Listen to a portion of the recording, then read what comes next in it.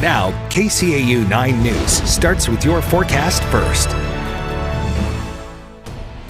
Good afternoon, Siouxland. Thanks for spending a part of your Halloween with us as we look outside on the Port Neal Welding Company camera. This is posted on top of the Ho-Chunk Center. We've had beautiful conditions out there today with generous sunshine and warm weather as temperatures have been able to hike up into the 60s and 70s. It is currently 69 degrees in Cherokee and Ida Grove, 71 the update from Sioux City, and now it's 72 degrees in Yankton and Neely.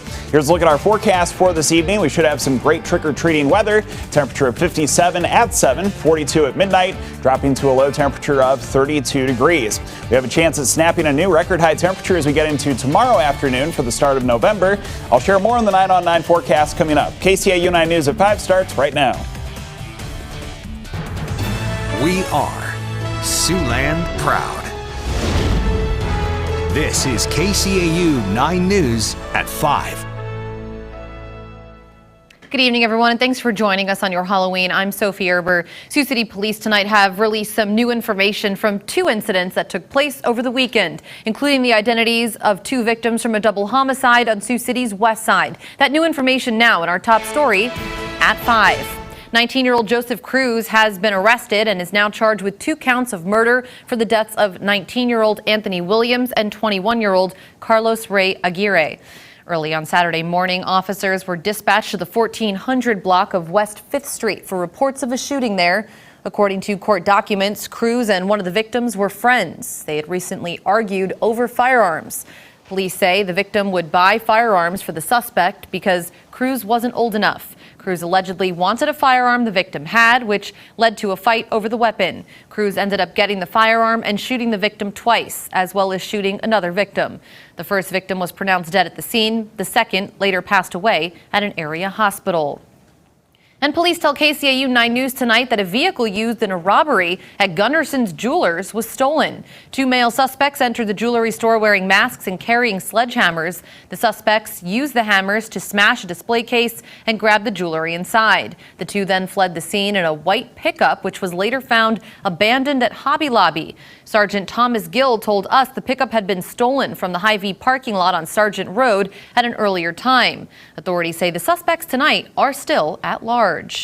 Meanwhile, police say the suspect in the assault of House Speaker Nancy Pelosi's husband had restraints on him at the time of the break-in. Speaker Pelosi was not home at the time, but she allegedly was the target.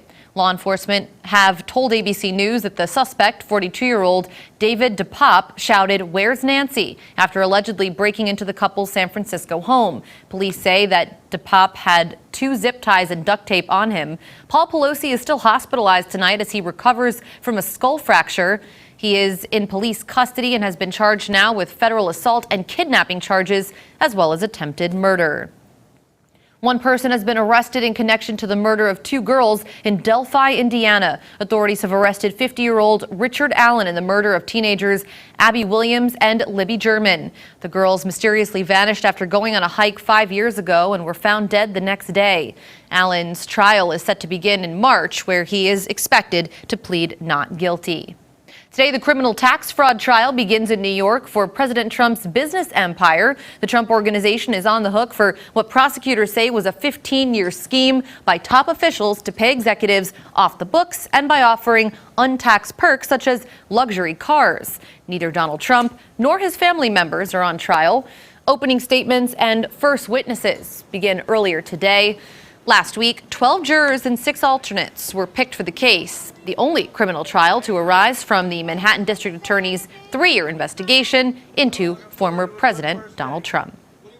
And we turn our attention to the weather department tonight. Another headline. Chief Meteorologist Scott Larson here to tell us it's a pretty picture-perfect Halloween, unless for some reason you were wishing for colder temperatures, but really nice. Those kids don't have to cover up their costumes. Yeah, it should be really nice out there for trick-or-treating this evening, Sophie. This afternoon we had temperatures in the 60s and 70s, including 72 in Sioux City, Norfolk, and Albion. A high today of 70 degrees in Orange City and Spencer. Looking at the trick-or-treating forecast for this evening, it's likely the temperatures will stick in the lower 60s at 6 o'clock, 57 at 7, dropping to 54 degrees at 8. So again, all things considered, with those clear skies and calm conditions, it should be really nice outside. Overnight, though, it will become colder as we get into the start of November, looking at lows between 30 and 40 degrees. We should have some great conditions, though, as we get into tomorrow afternoon, the possibility of a new record high, and I'll share more in the 9 on 9 forecast. That's coming up. Sophie? All right, thanks, Scott.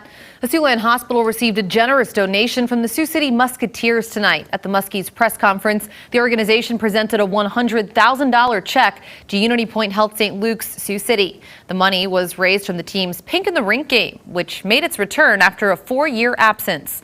Fans were able to purchase game-worn jerseys through an auction, with one of the jerseys surpassing $20,000.